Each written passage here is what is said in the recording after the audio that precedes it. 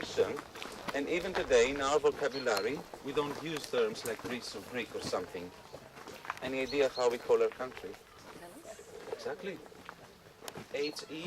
Hellas. That's the name of our country. We use the term Hellenic.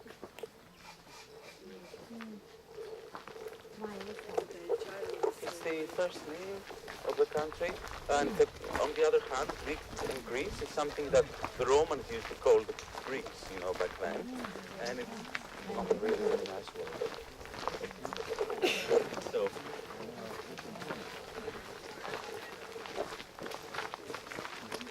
we have a good reason to use this name.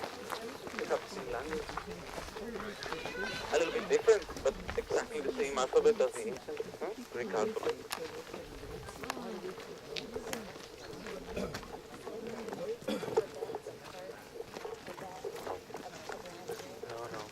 No, the Phoenician was...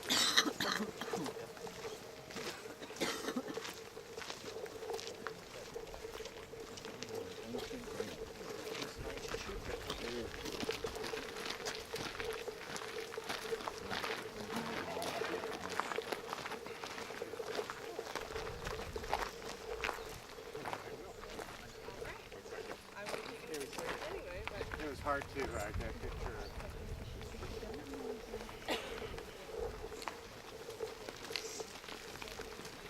And where we are now, you can see the ruins of the temple of Hera, Zeus's wife, there.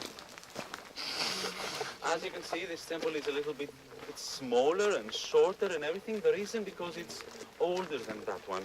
600 BC.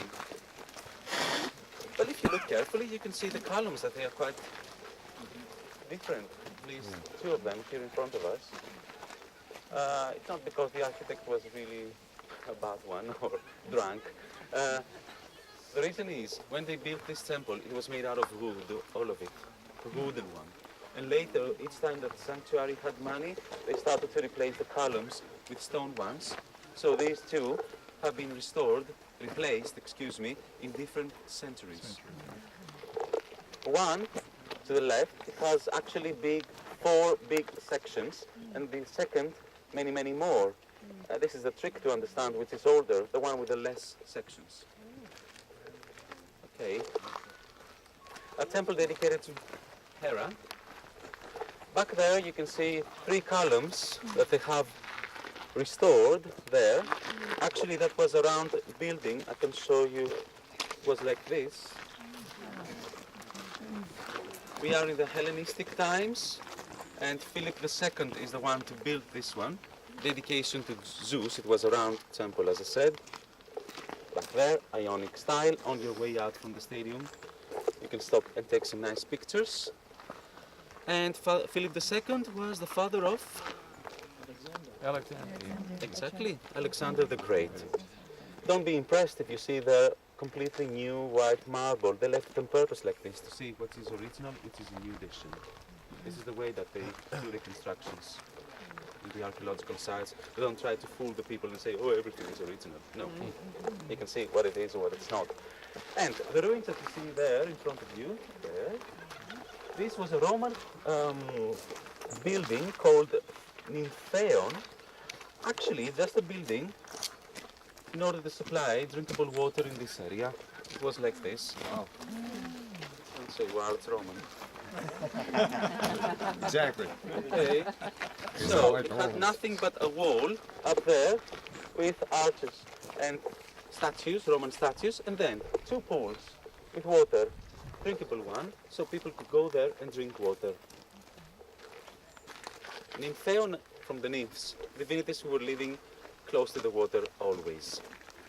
And now, the place where they light the torch.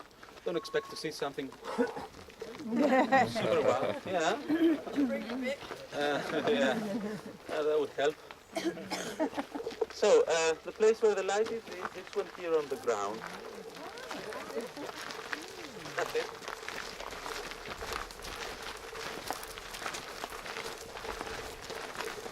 This was an altar dedicated to Hera. They used to sacrifice here to this goddess. And they put here a parabolic mirror midday, 3 months more or less before the games. Girls in white, like priestesses, they come along from there. They sing a song to Apollo, god of the light, to help them to light the torch. As the first of them, she puts the torch inside the mirror and she lights it with the rays of the sun and the warmth created there. All right, so yeah, and quite cheeky, I can see. Helps, you know. So actually, don't believe though that this is an old tradition. As I told you before, it goes back in 1936. Oh. Hitler. No?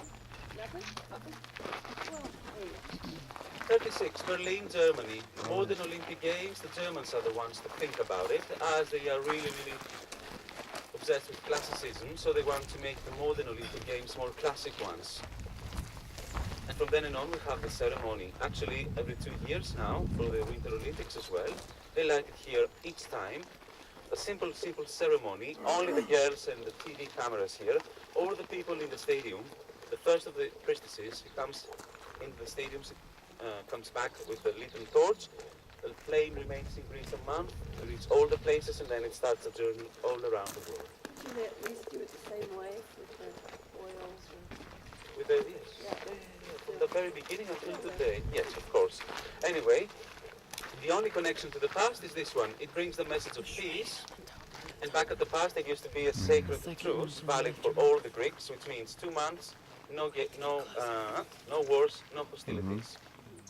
Something that all the Greeks respected, even during the wars. They stopped the wars. They had to come here, celebrate, go back home, and start the wars again. Yeah.